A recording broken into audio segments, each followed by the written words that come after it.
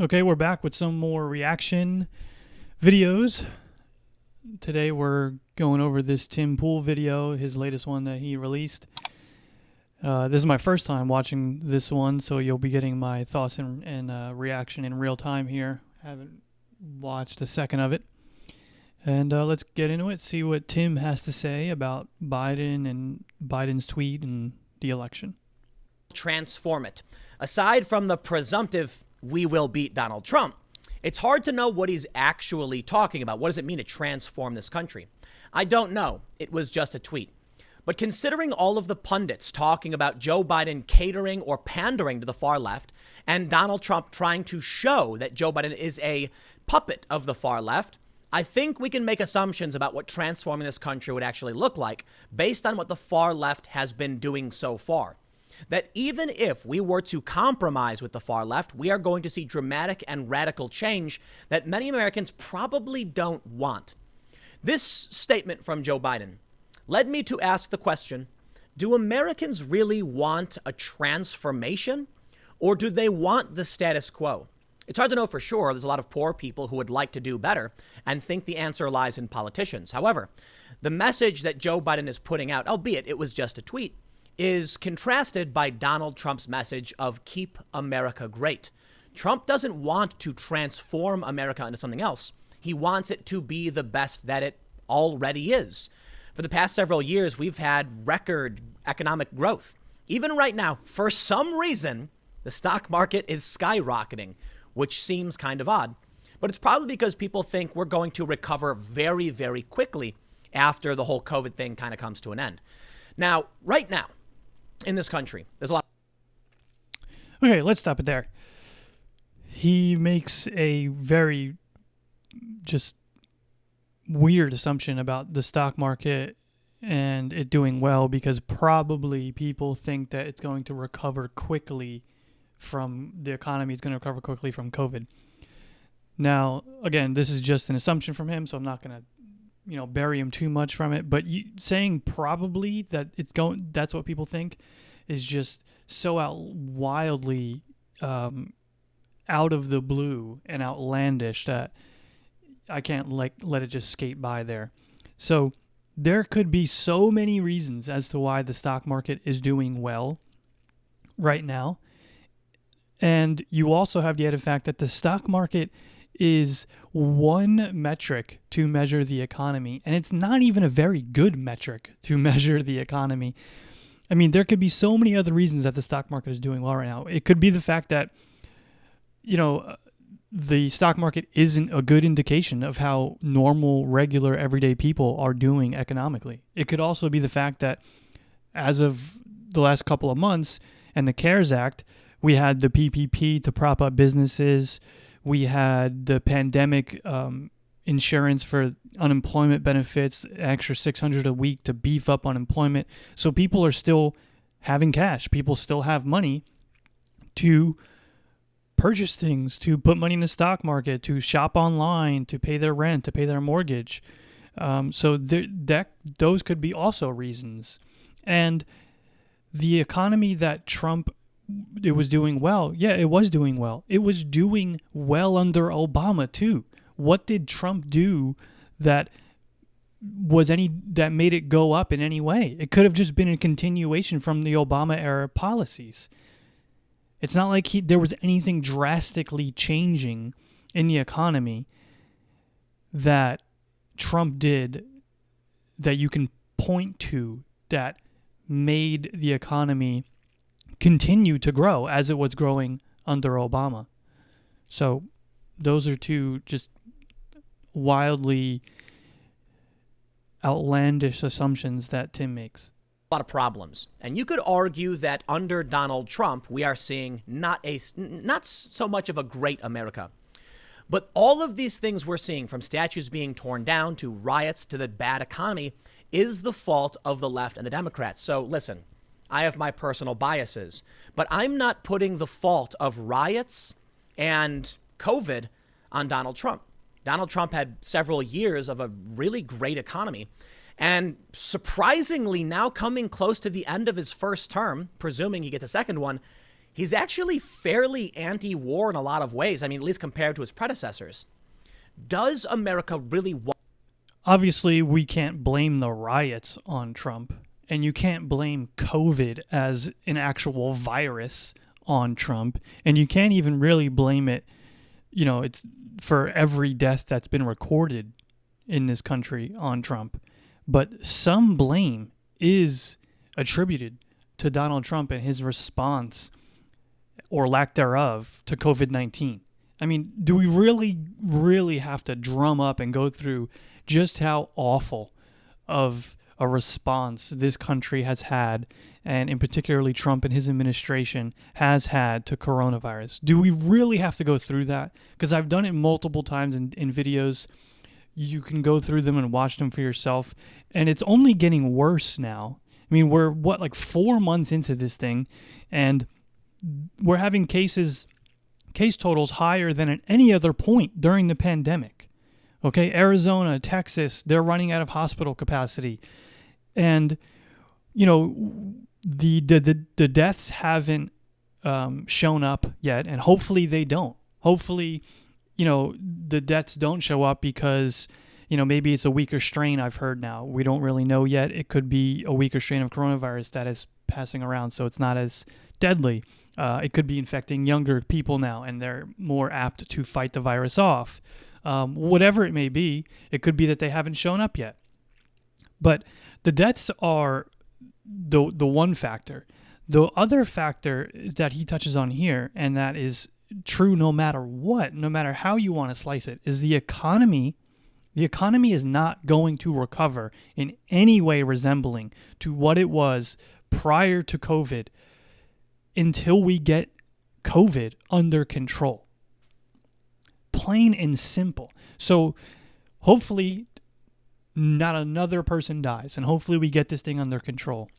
If we don't get it under control, and let's just say not another person dies, that's wonderful. The economy is still going to suffer tremendously. People are still going to be weary and fearful of going out in restaurants, indoor places, concerts, sports, all types of things that are going to be adversely affected by this pandemic are going to lead to places not hiring the workers back that they laid off. They're going to lead to more places cutting more jobs, more people unemployed, and then you're going to have the pandemic uninsurance run out on July 31st, and you're going to have people trying to make ends meet on a couple $100 a week. That's the real test. We're going to really see what happens to the economy if they don't continue these beefed up unemployment payments or do some sort of stimulus package bigger than a $1,200 check. And if we don't get COVID under control, the next few months could be horrific in this country. And if you don't blame any of the pandemic on the president and his administration and the institutions of this country, you are doing it wrong. Want a revolution? I don't believe so. I really don't. And a lot of what we're seeing, I think, scares many Americans. And we keep hearing about the silent majority. Does the silent majority really exist? I got to be honest, I'm not entirely convinced. Hillary Clinton won the popular vote, but that was a different time. It really was. Hillary Clinton represented the status quo under Barack Obama, but there was a brooding culture war coming, which has now reared its ugly head in the mainstream. If regular Americans become aware of what's going on in this culture war, I really do believe they will resist transformation, and they will overwhelmingly vote for Trump. I'm just not convinced right now that most Americans actually know what's happening. When you see Donald Trump give his 4th of July speech, he talks about a left-wing culture revolution. Well, I, as someone who pays attention to the news basically nonstop all day, every day, understand what he's talking about. They just tore down a statue of Frederick Douglass, heroic abolitionist, a symbol of freedom and liberty, who made America face itself in the mirror and stand up to its own constitution. A truly brilliant man. But his statue was torn down, desecrated, and damaged beyond repair. That's transformation I don't want. They're banning movies, they're banning books, they're banning art. These are transformations I don't want. I want more civil rights. I want America to do better. But what we are facing under Joe Biden, to me, is not something most Americans would probably want to believe in. The man wants Americans to do better. He wants more civil rights. But here he is just running interference and apologetics for Donald J. Trump. And while I agree that, tearing down a statue of Frederick Douglass and desecrating George Washington and whatever is asinine, he definitely overplays that most Americans don't agree with that. And most Americans aren't out in the streets doing that. It's not as big of an issue as it may seem if you get off Twitter. If you get off Twitter, most Americans don't agree with that. Most Americans aren't doing that. Joe Biden doesn't stand by that. It's really that simple. Erasing our culture and our history. The only problem I see is, do Americans actually know what's happening? I'm going to show you what's happening as of right now with the far left, with the statues, and with the far left's call for defunding the police. That's right. Crime is skyrocketing across the board. These are not the fault of Donald Trump. It's the fault of far leftists. And it's the fault of Democratic governors and mayors who will not hold these people accountable. It doesn't mean Trump is a great president or that he's even doing a good job. It just means the transformation being proposed under Biden should probably worry you. At least it worries me. Let's see. What did he just mentioned? Any of that did Joe Biden sign off on? Has Joe Biden said that he agrees with Frederick Douglass statue being torn down? Has Joe Biden said that he agrees with George Washington statue being desecrated? Or does Joe Biden say he agrees with defunding the police? He actually doesn't. He actually said that he doesn't agree with that. Joe has never come out for, but he wants you to believe that these are things that Joe Biden is calling for in the transformation of America. No, these are the things that far leftists, like he states, anarchists, communists, people who the greater majority of Americans do not agree with, are calling for. Let's read the first story and just see what's all this tweet about, and then walk through what a transformation under Joe Biden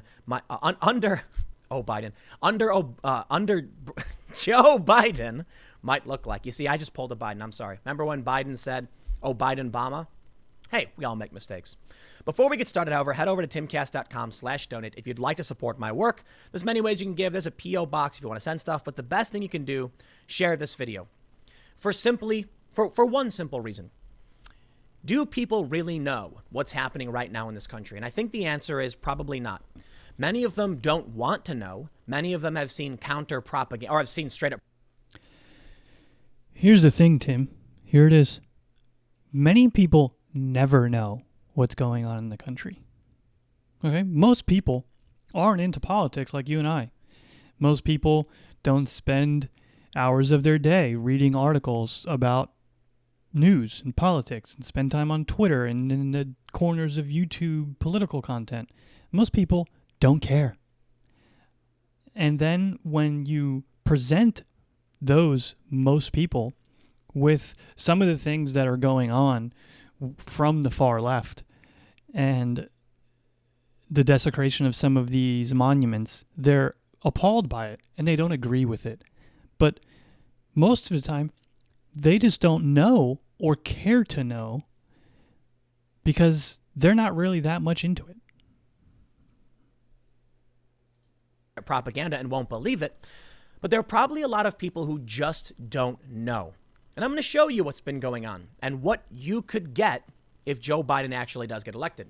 Now, if you just want to watch, hit the subscribe button, the like button, the notification bell. You know the game. Let's read the news. The Daily Caller says Joe Biden promises to transform America if elected. We are going to beat Donald Trump. And when we do, we won't just rebuild this nation, we will transform it. They say the presumptive Democratic presidential nominee did not provide specifics on how he would transform the nation if he wins in November, and his campaign did not immediately respond to a request for comment from the Daily Caller. Biden's comments came at the end of July 4th weekend, which saw large protests against racism and police brutality. The former vice president has promised sweeping reforms if elected, but has also attempted to distance himself from protest movements that have called for police departments to be defunded and statues of U.S. founding fathers to come down.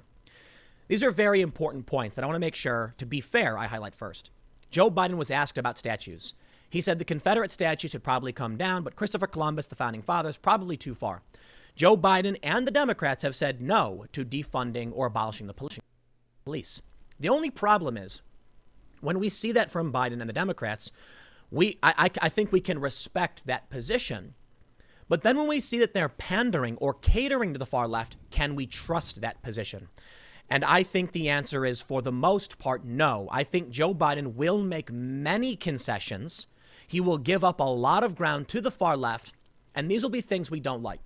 Donald Trump gave a speech on the 4th of July. Basically saying that he's reading Joe's mind and he knows what Joe's going to do, and he's going to pander to the far left, and he's going to make concessions and rip down statues of Jefferson and Washington all across the land. There's no evidence of that. In fact, there's evidence that he says that tearing down the founders is too far, like I stated before. And that's what he said, so that's what we have to go on. Donald Trump did the same thing. Okay? He pandered to the crazies, to the conspiracy theorists, to the nut jobs, to the racists. And he didn't build a wall, and he didn't make Mexico pay for it. And he still doesn't understand how trade deficits work and tariffs, and he's not making China like bend the knee to America or anything like that. Most of the media called it dark and divisive, almost like they got their talking points from the Democratic Party themselves. Was the speech really dark and divisive? I could only imagine if you were on the far left. The idea that Donald Trump would have to unify Americans with radical revolutionary types, to me, is kind of weird. There's no compromise between me and someone who thinks I shouldn't have the right to speak, or who thinks that statues of my heroes, like people like Frederick Douglass or Thomas Jefferson, should be brought down. Or how about, there's one man, I believe his name is Hans Christian Heg. He was an abolitionist who died fighting for the Union. These are people that I respect. They're heroes. I'm not going to compromise with someone who wants them brought down. What's the compromise there? We'll bring down some of the statues and leave up some of them? No, they should all remain up. Now, maybe there's a compromise over the Confederate statues, but they already tore those down, or they're trying to tear them down. They're trying to tear down our presidents. I'm sorry, man. There's a line, and I can't compromise with that, so I wouldn't call it divisive. Let's see what's going on with this here Joe Biden. The coming Biden coup. Now, this is an opinion piece from The Hill today where they say, the socialist progressive wing of the Democratic Party is now center stage and insisting one of their own be Biden's vice presidential candidate. That's all you need to see from this article. That's the point I want to bring up right now. The Democrats are hoping that if Joe Biden picks a progressive, someone who supports all of this far left revolutionary nonsense, they could actually win them over. That's the compromise the Democrats are willing to make to a fringe sect of revolutionary type fanatics, in my opinion.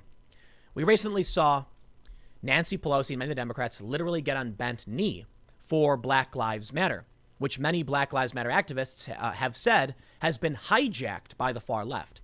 I think it's fair to point out there are some totally fine aspects of the Black Lives Matter movement, notably the things that I've praised that Dave Chappelle has brought up. Ending police brutality and defending civil liberties, totally on board for that. But the weird Marxist intersectionalism is a step too far, and these people are gaining ground.